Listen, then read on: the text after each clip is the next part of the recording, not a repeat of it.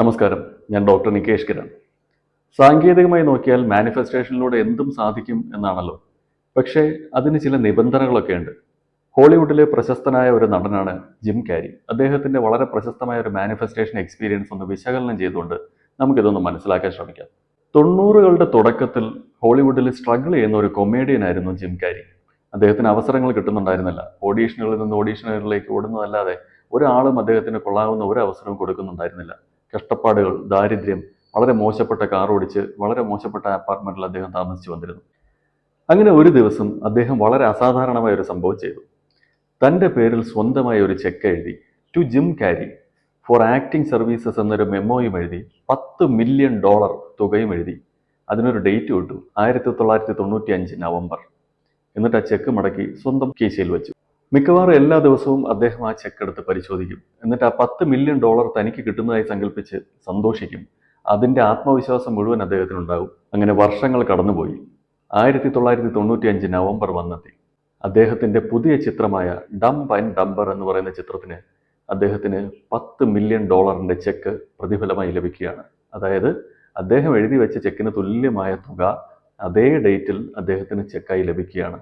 Classic മാനിഫെസ്റ്റേഷൻ്റെ വളരെ ഉദാത്തമായ ഒരു ഉദാഹരണമാണത്. പക്ഷെ നമ്മളെല്ലാവരും ഈ മാനിഫെസ്റ്റേഷൻ്റെ ഈ ഒരു വശം മാത്രമാണ് കേൾക്കുകയും ആസ്വദിക്കുകയും ചെയ്യുന്നത്. ഇതിനൊരു മറുവശമുണ്ട്. നമ്മൾ അതാണ് ഇന്ന് ചർച്ച ചെയ്യുന്നത്. ജിം കാരിയുടെ തന്നെ വാക്കുകൾ കടമെടുത്ത് പറയുകയാണെങ്കിൽ, $10 മില്യൺ ചെക്കും എഴുതി പോക്കറ്റിലിട്ട് സാൻഡ്വിച്ചും കഴിച്ച് കിടന്നുറങ്ങുകയല്ല ജിം കാരി ചെയ്തത്. അദ്ദേഹം നിരന്തരമായി കഷ്ടപ്പെട്ടു. ഈ $10 മില്യൺ ചെക്ക് എല്ലാ ദിവസവും കാണുന്നത് യഥാർത്ഥത്തിൽ അദ്ദേഹത്തിന് കൂടുതൽ ലക്ഷ്യബോധം കൊടുക്കുകയാണ് ഉണ്ടായത്. എന്താണ് തനിക്ക് വേണ്ടതെന്നുള്ള കൃത്യമായ ലക്ഷ്യബോധം. അത് അദ്ദേഹത്തിൽ ആത്മവിശ്വാസം നിറച്ചു. ഓരോ തവണ ഓഡീഷന് പോകുമ്പോഴും അത് കൂടുതൽ മികച്ച രീതിയിൽ ചെയ്യാൻ അദ്ദേഹത്തിന് ആത്മവീര്യം പകർന്നു. കൂടുതൽ ആത്മവിശ്വാസത്തോടു കൂടി ഉണ്ടായ അദ്ദേഹത്തിന്റെ പ്രവർത്തനത്തിലൂടെ സ്വാഭാവികമായും അദ്ദേഹത്തിന് കൂടുതൽ മികച്ച അവസരങ്ങൾ ലഭിച്ചു. അങ്ങനെയാണ് $10 മില്യൺ എന്ന് പറയുന്ന തുകയിലേക്ക് അദ്ദേഹത്തിന് എത്താൻ സാധിച്ചത്. അപ്പോൾ യഥാർത്ഥത്തിൽ എന്താണ് സംഭവിച്ചത്? $10 മില്യൺ ചെക്ക് എഴുതി വെക്കുന്നതോടുകൂടി അത് യഥാർത്ഥത്തിൽ മാനിഫെസ്റ്റേഷനുള്ള ഒരു ടൂൾ മാത്രമാണ്. നിങ്ങൾ വിഷൻ ബോർഡ് ഉപയോഗിക്കുന്നതാണെങ്കിലും അഫർമേഷൻസ് ഉപയോഗിക്കുന്നതാണെങ്കിലും ജേർണലിംഗ് ചെയ്യുന്നതാണെങ്കിലും ഇതെല്ലാം മാനിഫെസ്റ്റേഷൻ്റെ ടൂൾസ് മാത്രമാണ്. യഥാർത്ഥ പ്രവർത്തനം നടക്കുന്നത് അത് കാണുന്നതിലൂടെ നിങ്ങളുടെ ഉള്ളിൽ തന്നെയാണ്. ഫോക്കസ്ഡ് ആക്ഷൻ എന്ന് പറയുന്നതാണ് യഥാർത്ഥ പ്രവർത്തനം. നിങ്ങളുടെ മാനിഫെസ്റ്റേഷൻ പ്രാവർത്തികമാക്കണമെങ്കിലും ഇതൊക്കെ തന്നെയാണ് നിങ്ങളുടെ ഉള്ളിലും വേണ്ടത്. ആത്മവിശ്വാസം വേണം.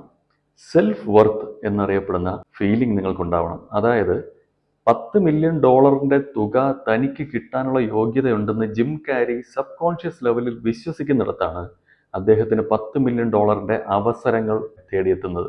ചുരുക്കി പറഞ്ഞാൽ, നിങ്ങൾക്ക് 10 ലക്ഷം രൂപയുടെ കടമുണ്ടെന്ന് വിചാരിക്കുക. 10 ലക്ഷം രൂപയുടെ കടം മാറ്റാൻ മാനിഫെസ്റ്റേഷനിലൂടെ സാധിക്കും.